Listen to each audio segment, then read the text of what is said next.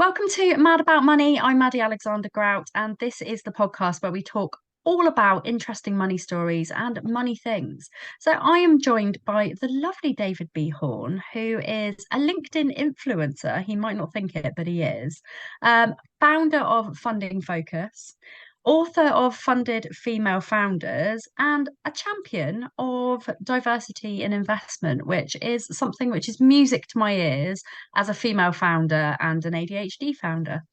So, David, welcome to the show. Thank you Thank you, so much Maddie. for giving us some time. Tell us a little bit about you, first of all. Okay, so I grew up in Canada on the West Coast. I was born in Vancouver, grew up on Vancouver Island. I trained as a chartered accountant with PwC, Okay. and moved with them in 1987 to Zurich, Switzerland. Wow. I'm a fluent German speaker. So I did half my university degree in economics and the other half in German. And had the opportunity, to move in 1987. And so my wife and I had been married for 4 years at that stage. So we sold off what few possessions we had and packed our clothes into 4 suitcases and got on board Wow. an airplane with a 2-year employment contract, one-way tickets, and that was 36 years ago. Wow. Yeah. That's amazing. So how did you end up going there? What's your money story? Oh, You can start I've, as early as you like. yeah, sure. I've got a couple of money stories. So the first one is when I was probably about 13 and I had a newspaper round. And newspaper rounds in Canada were different than they are here, where here, you go to your news agent and you pay them, and then someone rides around on their bicycle and delivers you your newspaper. Yeah. And if you're lucky, you've got it by 8 o'clock in the morning. Well, in Canada, there were two key differences. Number one, we went to the local station, as it were, and picked up our papers at 4:30 in the morning, and we had to have our newspaper rounds done before 7 a.m. so Oh, that people wow. actually could get their paper and read it with their breakfast. And the other key thing that was different was that we had to go around at the end of each month and collect money from the customer.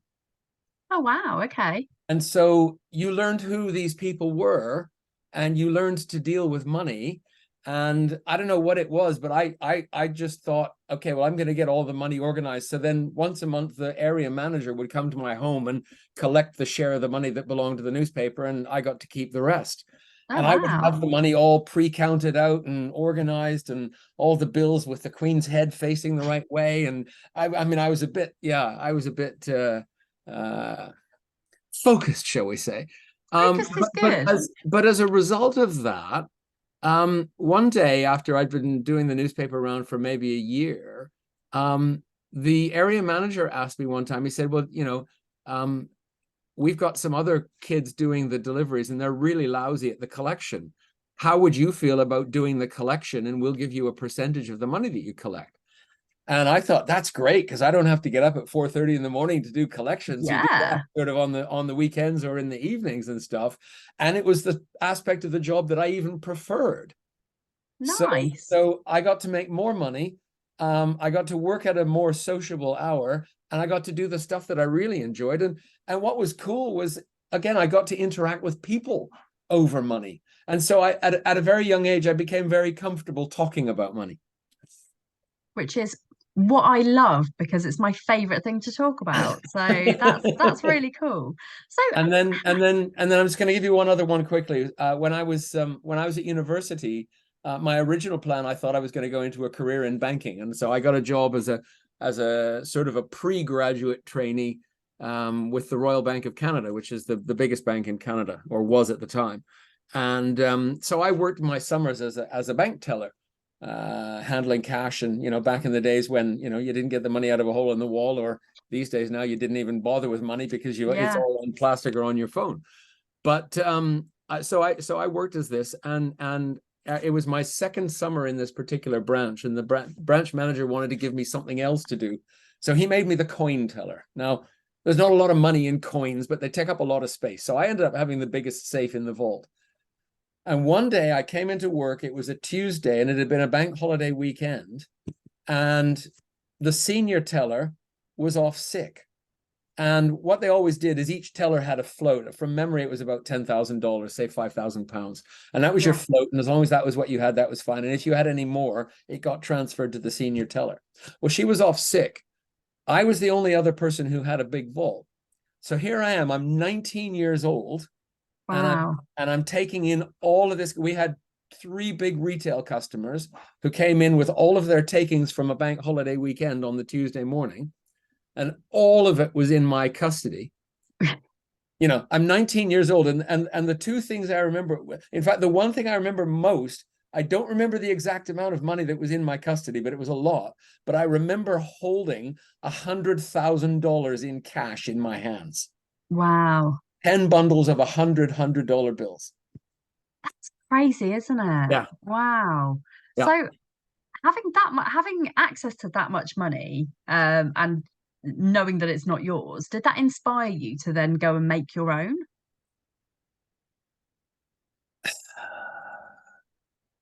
What a great question. I mean, at first, the first 28 years of my career, I was employed by people. Okay. So I didn't start running my own business until I was in my late 40s. Wow. So what did you do when you were working for other people? I worked for PwC for 6 years. Yeah. 4 years in Canada while I qualified, and then 2 years in Switzerland. And then my biggest client in Switzerland gave me the proverbial job offer you can't refuse. So I joined a big American tech company called NCR, who interestingly are best known these days for the hole in the wall machines. Interesting. Wow. And I worked with them, and then I moved with them from Switzerland to the UK. And then during that time, they got taken over by AT&T. So I worked for AT&T for a while. And then the division of AT&T I was working with got sold. So I was out on the market, and I applied for a job and ended up landing a role with the BBC, which was very interesting. But I Yeah. soon discovered that the BBC and I were quite cut from different cloth. Wonderful organization, but I was far too commercial for that place. And I left the Beeb in 1999, and between 2000 and 2010, I was the chief financial officer of 3 very different companies, but they all had one thing in common. The first one was a PR agency headquartered out of New York, and I was the European CFO. The second one was listed on AIM, the London Stock Exchange here, Yeah. and I was the CFO and a main board director. That was a digital media and publishing group. And the third one was also listed on AIM, and again, I was the CFO and main board member. And it was an online auctioneer of used industrial equipment. So totally different businesses. But what they all had in common was that they raised money and bought other companies. And so Yeah. over a 10-year period, I became a bit of an expert in fundraising and M&A. Not from the perspective of a venture capitalist or a corporate finance boutique or outside, but from the perspective of the company actually doing it. Yeah. So going out and pitching and to investors and then negotiating the deals and then integrating the businesses and all of that stuff. And then I burned out from that role in 2010. That there's a long story, but to keep it short, we found out in the spring of 2008 that our largest global competitor was up for sale. So we raised 28 million quid on the stock exchange and went out and bought it and did a global integration. We were in 16 countries. They were in 10. There were only 3 where there was overlap.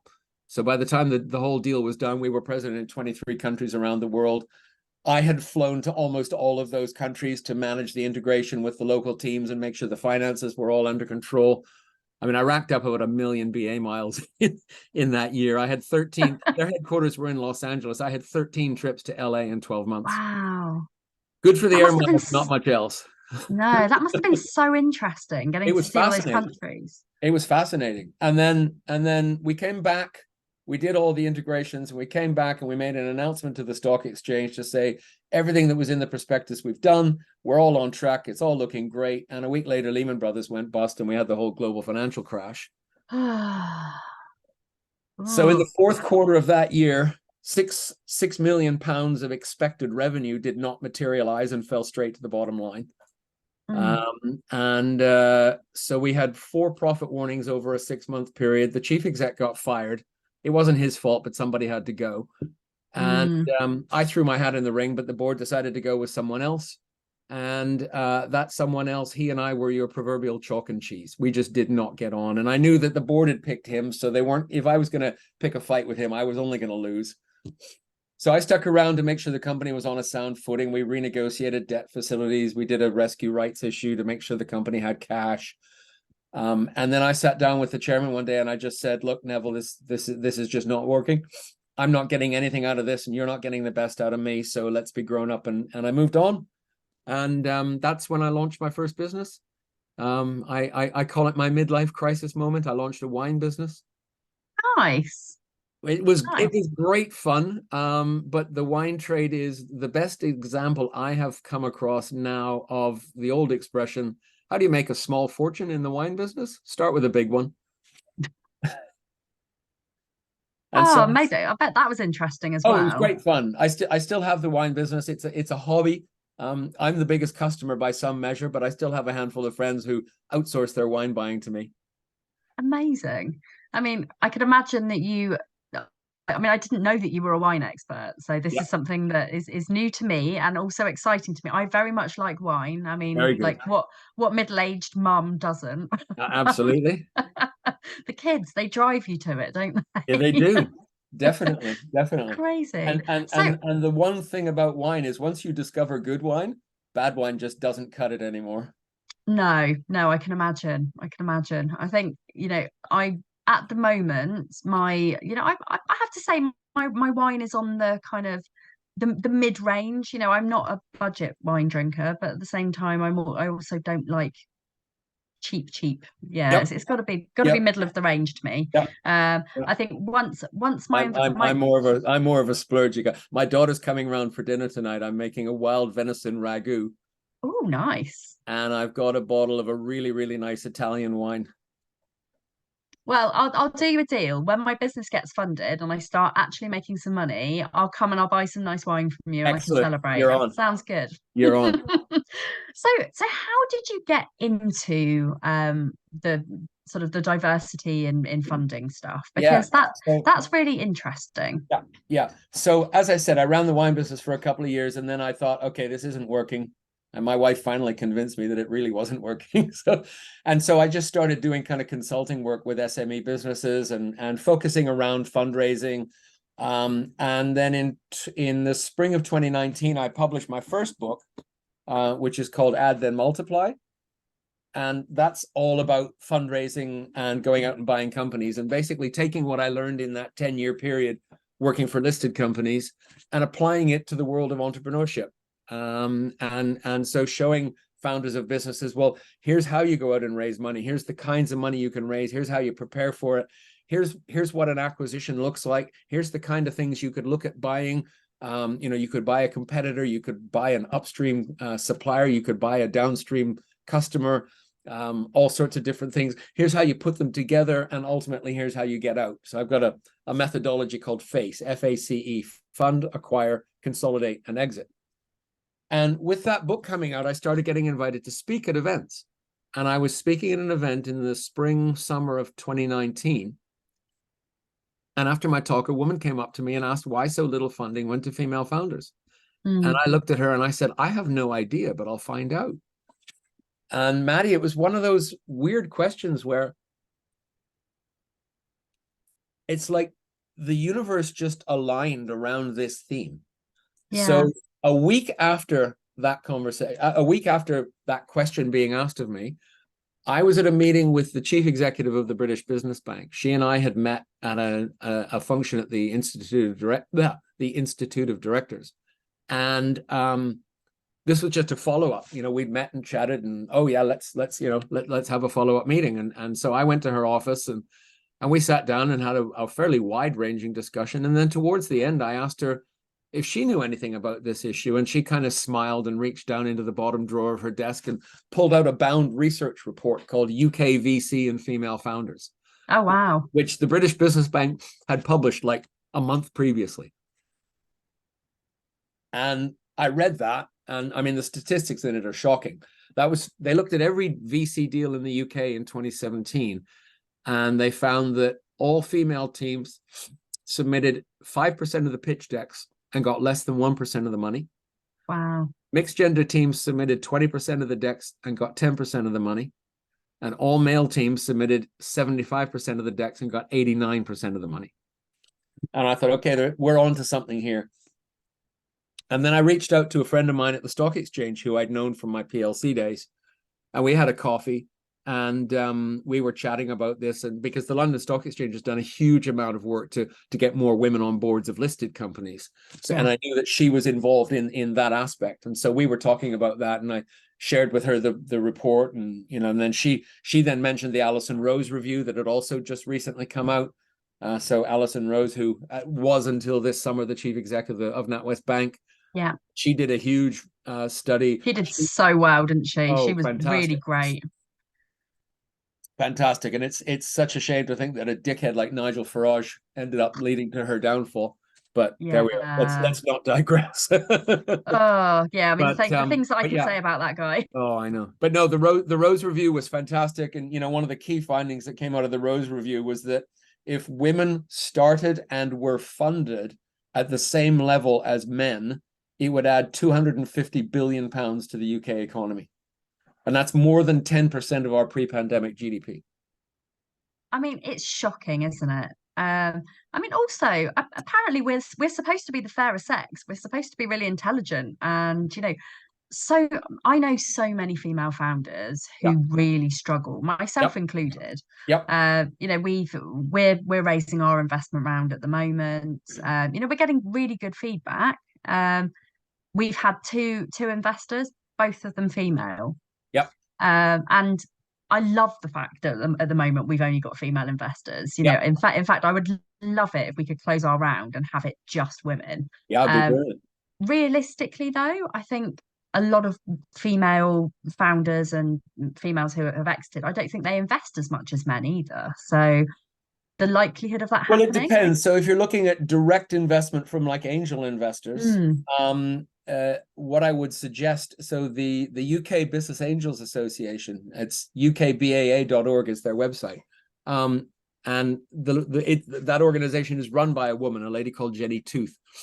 And they've been doing a lot of work to really promote female angel investors and to promote investments into women-led businesses.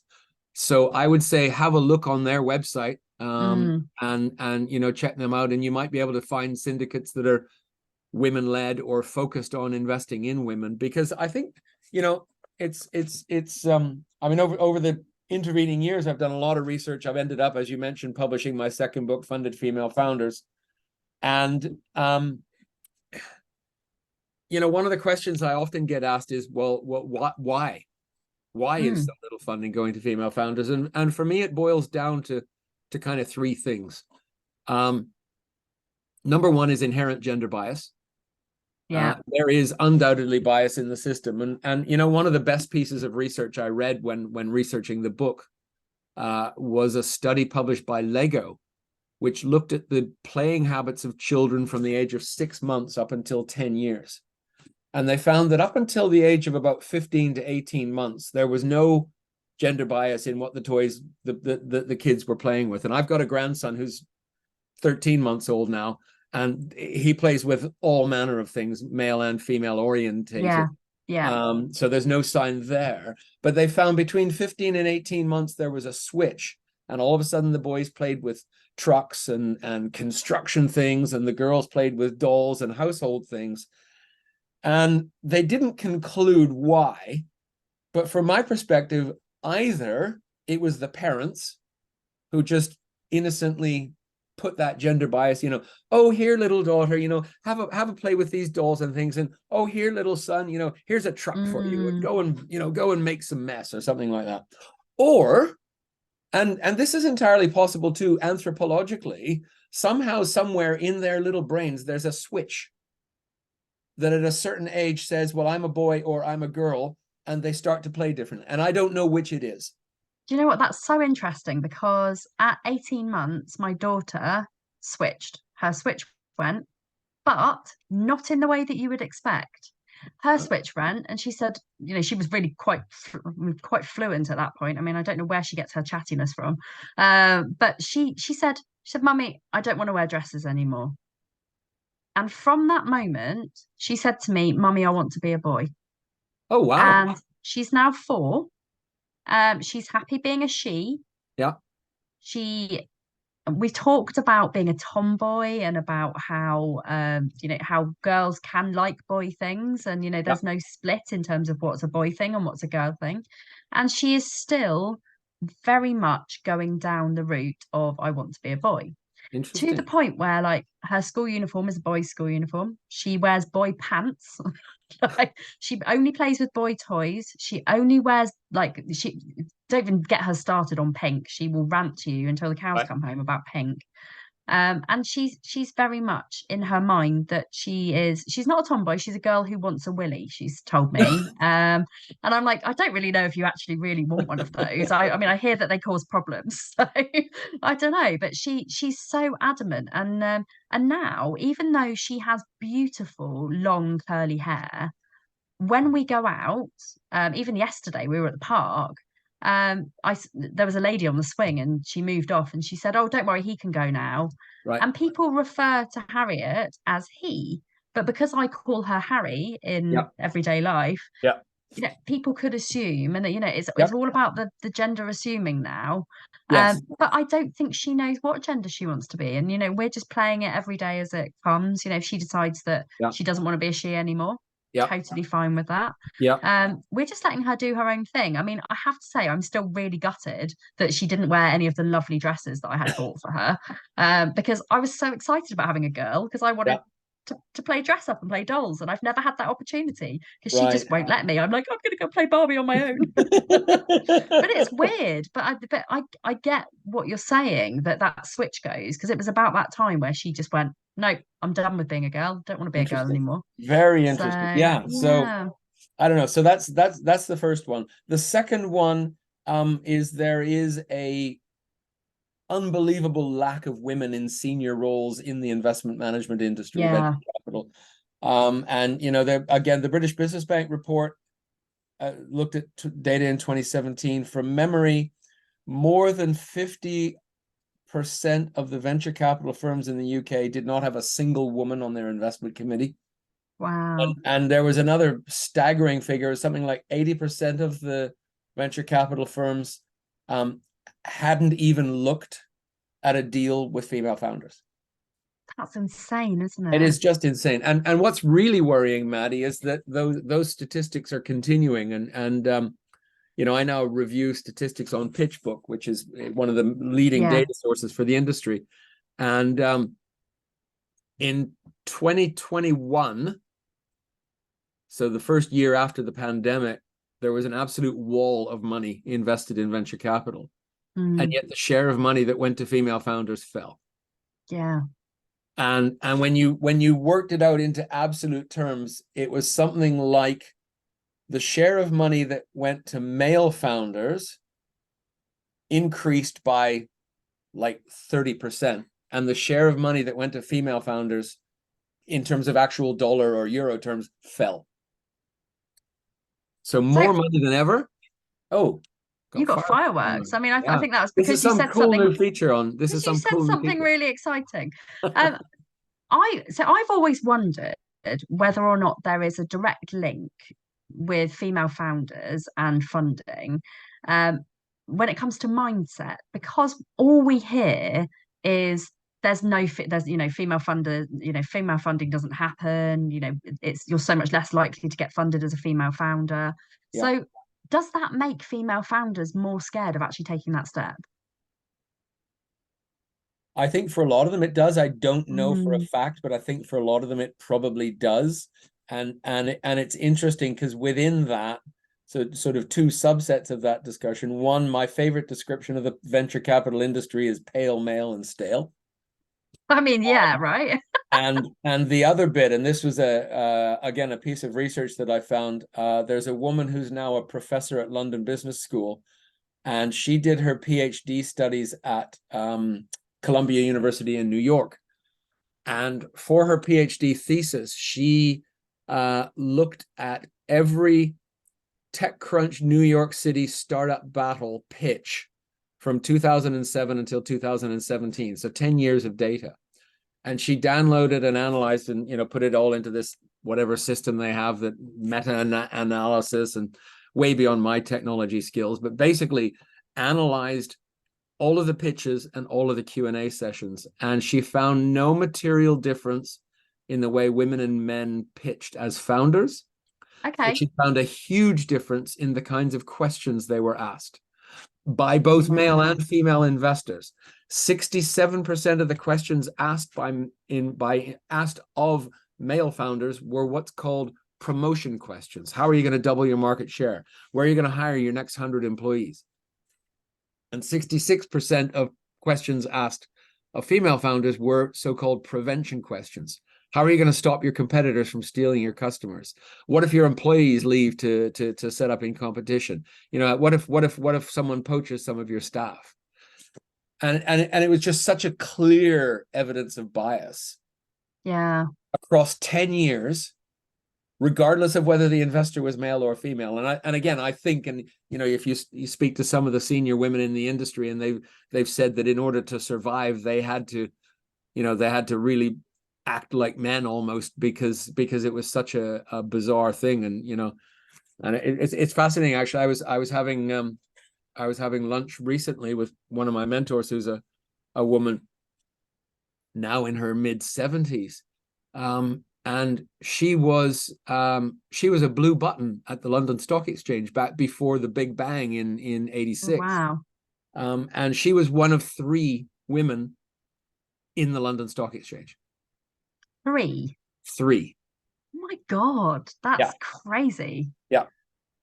Oh, I mean, I couldn't imagine. I mean, obviously, I can imagine being a female founder. I am one, and it has been a tough journey. Yeah. In my last business, I did crowdfunding, which I think was a good thing to do. It was a very stressful thing to do, and I think given the choice of doing crowdfunding or raising from angels, 100% I'd take raising from angels, because it's the same amount of work, if not less, to get angels than it is to crowdfund, because you have to spend 100% of your time shouting about it, and then the business suffers. And actually that was what happened. I ended up taking my eye off the ball with the business while I crowdfunded. Then it stopped growing. Then it ended up getting into debt, and sadly I ended up closing that business last year. That was traumatic. It was very traumatic. I had definitely bad experience with investors. I didn't do my due diligence, and I chose the wrong people. I think there's a lot of mistakes that are made by female founders, well, founders in general, when it comes to due diligence. I put my hands up, and I say, there were things that I didn't do right, because I was a first-time founder, things that I've learned from, and things that I'll take into my new business. But it was a difficult time, and I think that knocked my confidence to the point where I thought, I can't do this again because I failed.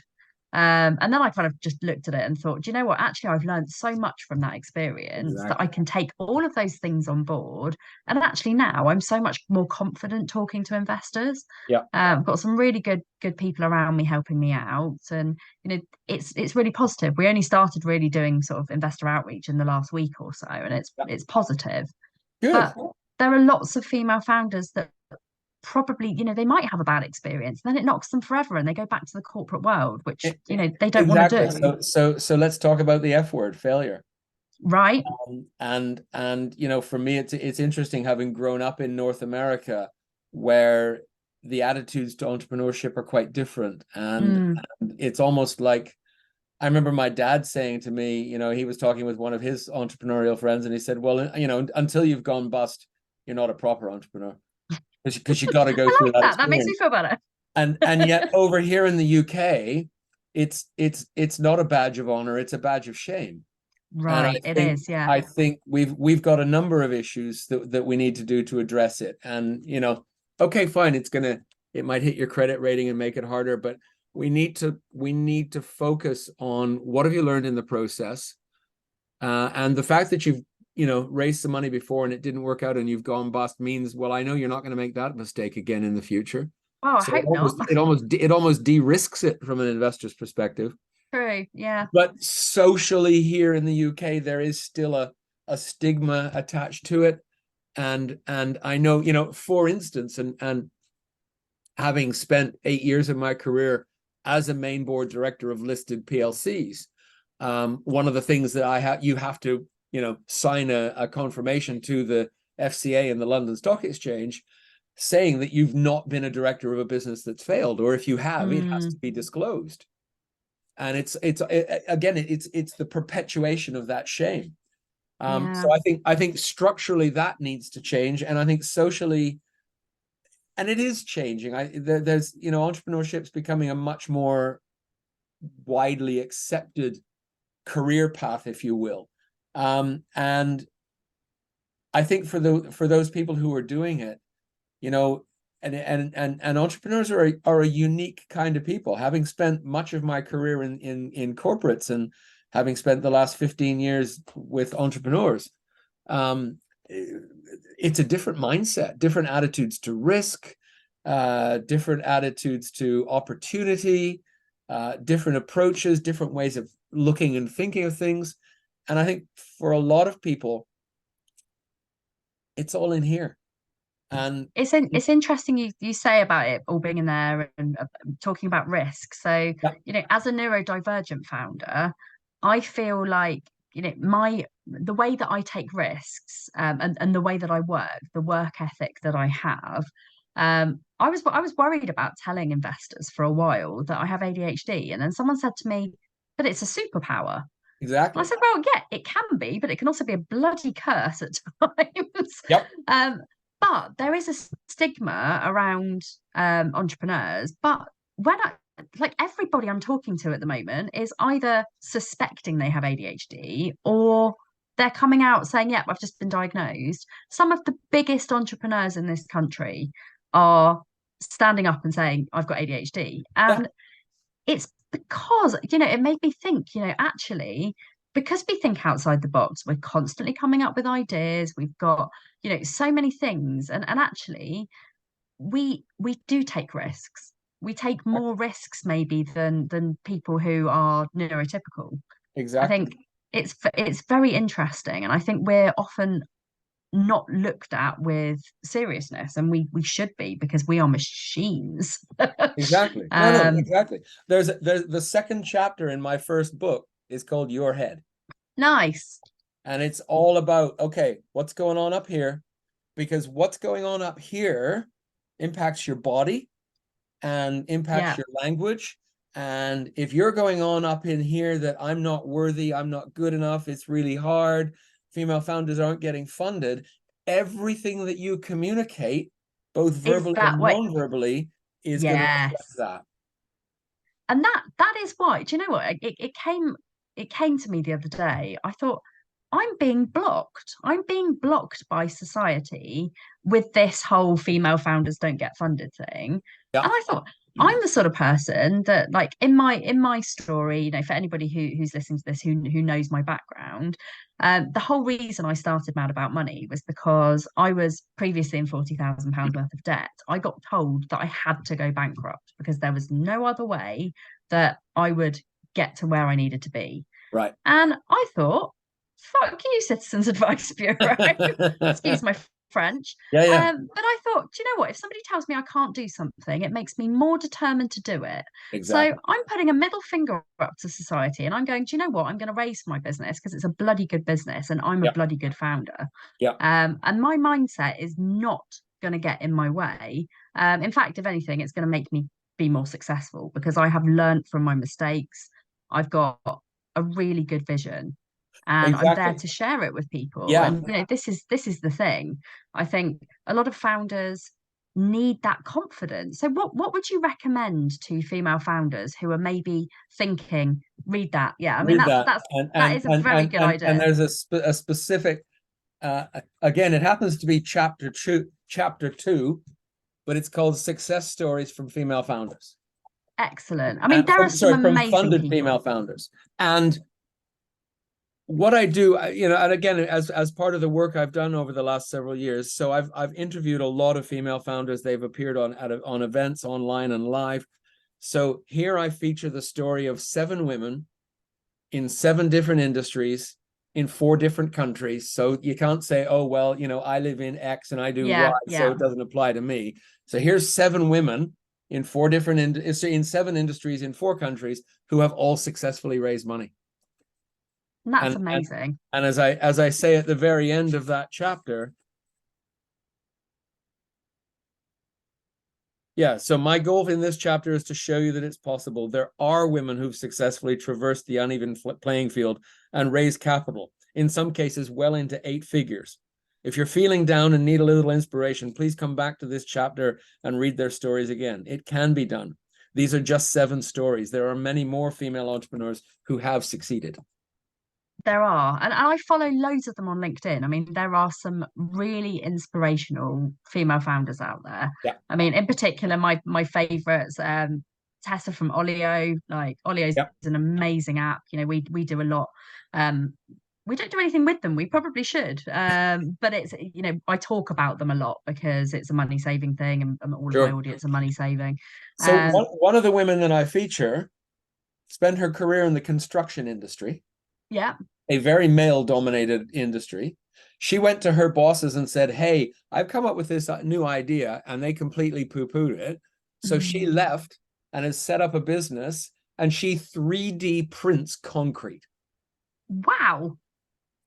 So whenever there's, when she can't compete with the big boys when it's a slab of concrete or a whole thing. But if there's some specialist thing that needs to fit around something or have a particular configuration or whatever that doesn't fit the standard construction industry, she can do it faster and cheaper by 3D printing it. That's so cool. Yeah. I've never even thought that was a thing. I know, 3D printing concrete. Yeah, but it's solving a problem. And exactly. That female founders, the ones that I know, are so passionate about solving problems. Yes. And I think that's one of the things that actually sets us apart from our Absolutely. male competition. Not competition. It shouldn't be competition. Everybody should get fair funding. It should be fair. I mean, I couldn't imagine being a Black neurodiverse female founder. I mean, I could just, or even a Black disabled female founder. There's so much that is going against people. I mean, again, when I was doing my research, there was one article I came across. In the UK, between 2009 and 2019, 10 years, only 10 Black female founders secured venture capital funding. Wow. Yeah. That's just horrific. I mean, it should be changing now. It should be. I hear stories about investors who actually search for more diverse people so that they've got a more diverse fund. I mean, is that something that you're seeing more of? It's growing. It's still very, very small. There are a handful of them. The bigger ones are in the United States. There are a few of them in Europe and the UK.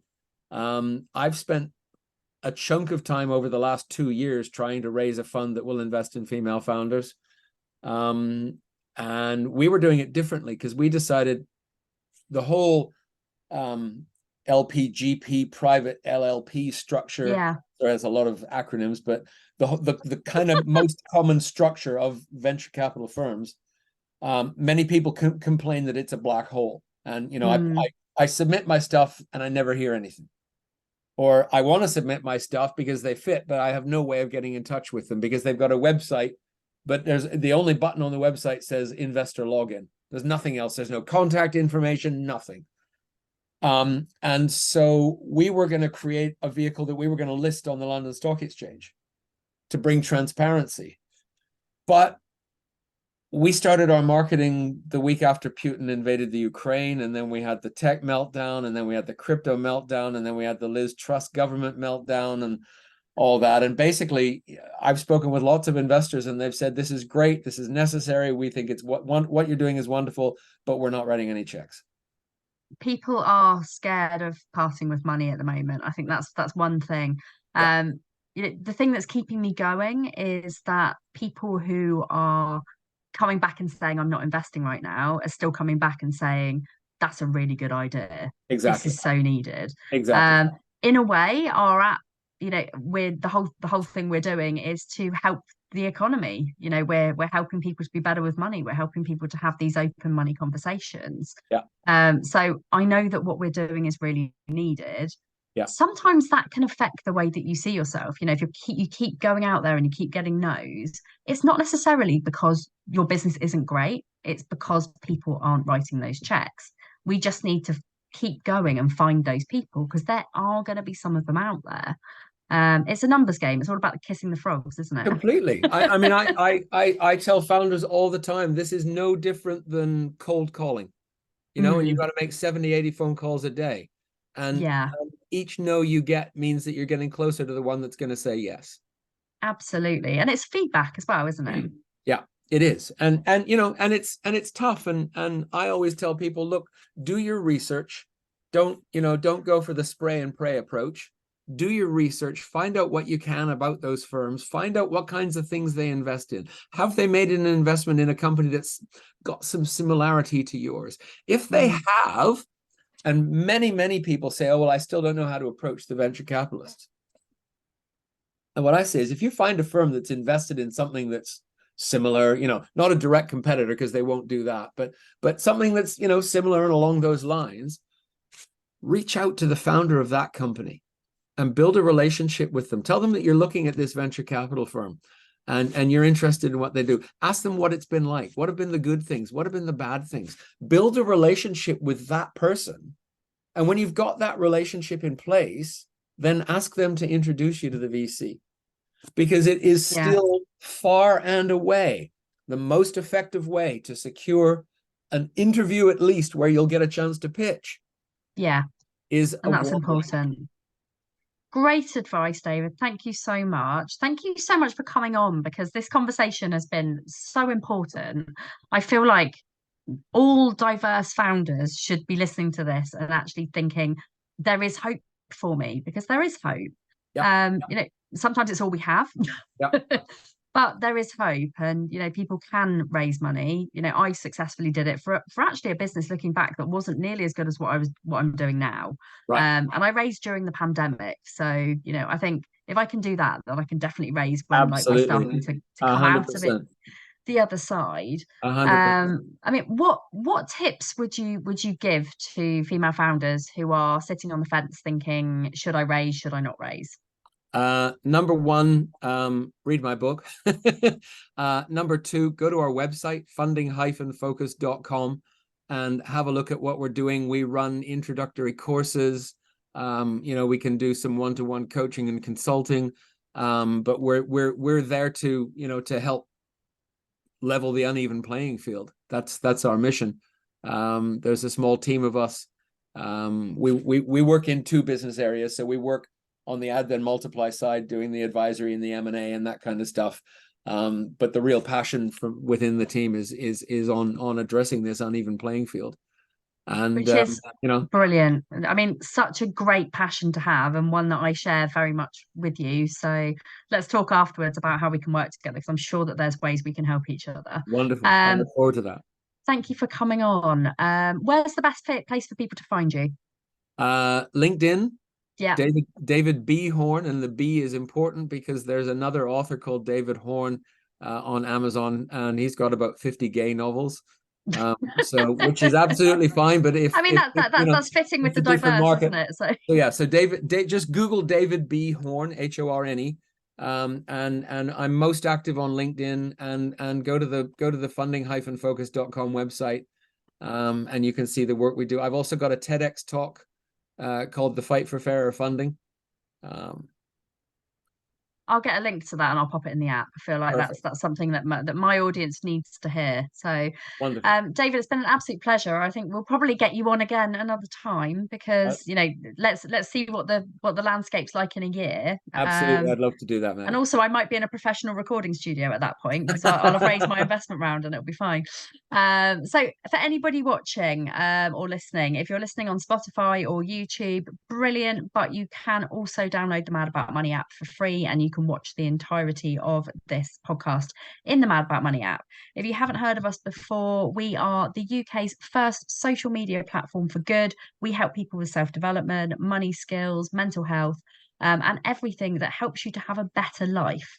I'm Maddy Alexander-Grout. You can find me on LinkedIn as well. And thanks for listening. We'll see you next time.